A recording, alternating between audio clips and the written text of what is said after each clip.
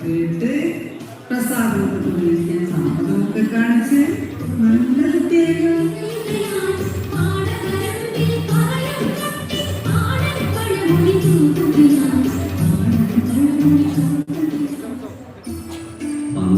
കൊല്ലം കൂടിയിട്ട് ഒരു ഓണം നമ്മളങ്ങോട്ട് ആഘോഷിക്കുകയല്ലേ ടീച്ചറെ? സന്തോഷായിട്ട് പതിവ് ചിട്ടകളൊക്കെ ഒന്ന് മാറ്റി പിടിക്കാന്ന് വെച്ചു. അത് നന്നായി. ഇന്ന് ചോദ്യം വിശാഖം അനിലാണ്. ക്രിക്കറ്റ് കഴിഞ്ഞ് മൂലത്തുനിന്ന് അവളിന്ന് വരുമല്ലോ അയർലൻഡിൽ നിന്ന്. നമ്മളുടെ ബിന്ദുമോളെ അവളുടെ മകൾ അനന്യക്കുട്ടിയെ നമ്മൾ ആദ്യമായിട്ട് കാണാൻ പോകില്ലേ? വീഡിയോ കോളിലൊക്കെ കണ്ട് ഞാൻ അങ്ങനെ കൊതിച്ചിരിക്കുക. അവരുടെ വരവ് നമുക്കൊരാഘോഷമാണ്. അപ്പോഴേക്കും ഉത്രാടവും ഇങ്ങ് എത്തുമല്ലോ. നമ്മുടെ വിച്ചുമോനും കുടുംബവും ജർമ്മനിയിൽ ഇങ്ങ് എത്തും. ഓരോ കൊല്ലവും അവർ വരാമെന്ന് പറഞ്ഞ് കൊതിപ്പിച്ച് പറ്റിക്കല്ലായിരുന്നോ? ഇത്തവണ ടിക്കറ്റ് ഒക്കെ ബുക്ക് ചെയ്ത് എല്ലാ ഏർപ്പാടും ശരിയാക്കി തരഞ്ഞപ്പോഴാ എനിക്ക് ശ്വാസം വീണത്. അങ്ങനെ വിശ്വാസം വരുന്നില്ല. അത് ടീച്ചറുടെ മാത്രമല്ല, സ്ത്രീവർഗത്തിന്റെ ഹോൾസെയിൽ പ്രൊഡക്റ്റാണ് ഈ വിശ്വാസമില്ലായ്മ. ഒന്ന് പോവാം മാഷേ. കുട്ടപ്പൻ നായർ കടന്നു വന്നോളൂ. വാതിൽ അടച്ചിട്ടില്ല. ആ, എന്തായി കുട്ടപ്പൻ നായരെ?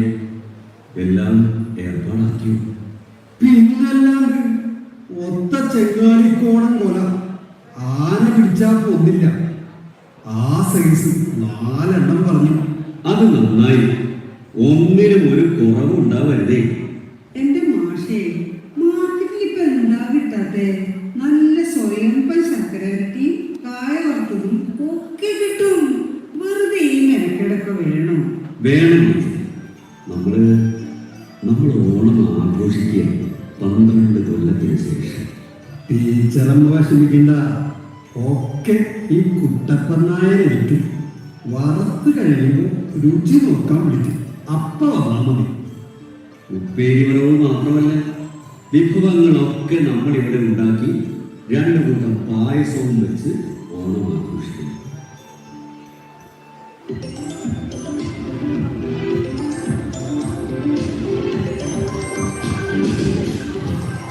ബിന്നിമോളാണല്ലോ.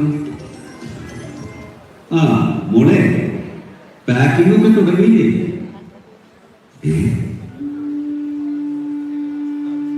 മോളെ, അയ്യോ അങ്ങനെ പറയില്ലേ മോളെ.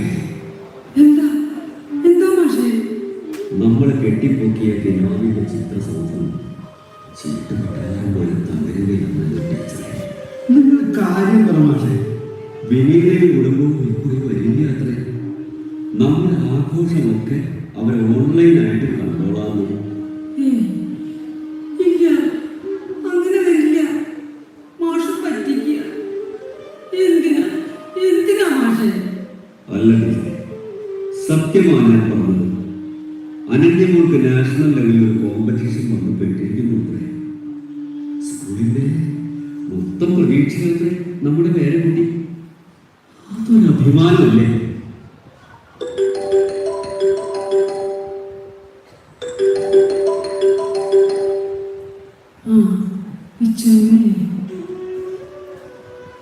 എന്താ ശബ്ദ വ്യത്യാസമോ? അത് പിന്നെ ബിന്നിമോള് വരുന്നില്ല അത്രേ. അയ്യോ, പറ്റില്ല അങ്ങനെ പറയലേ വെച്ചു.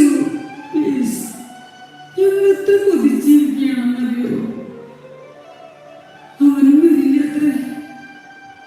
ശരി, നിന്റെ ഇഷ്ടം.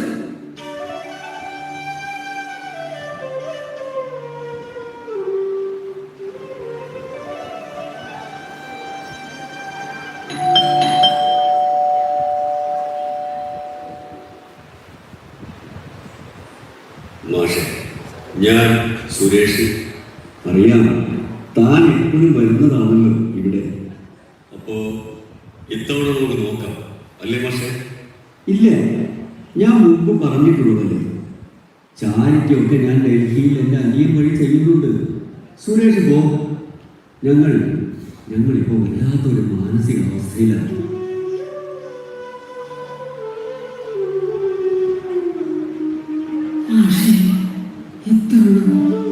അയാൾ പറയുന്ന ധാരാളത്തിലെ കുട്ടികൾ അവരാകട്ടെ നമ്മുടെ മക്കൾ തിരിച്ചു വിളിക്കും. മാഷേ,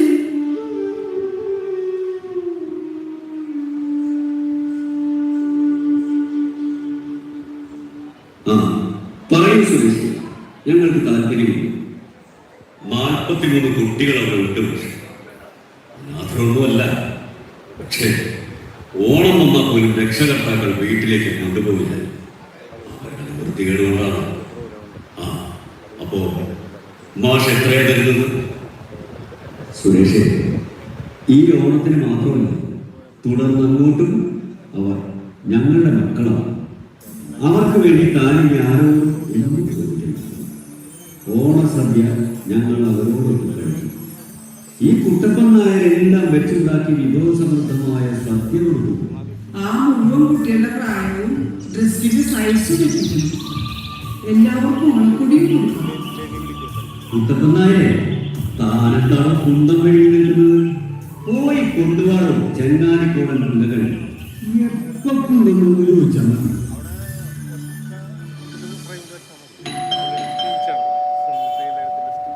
കേറി വന്നോളൂ, വാതിലടച്ചിട്ടില്ല.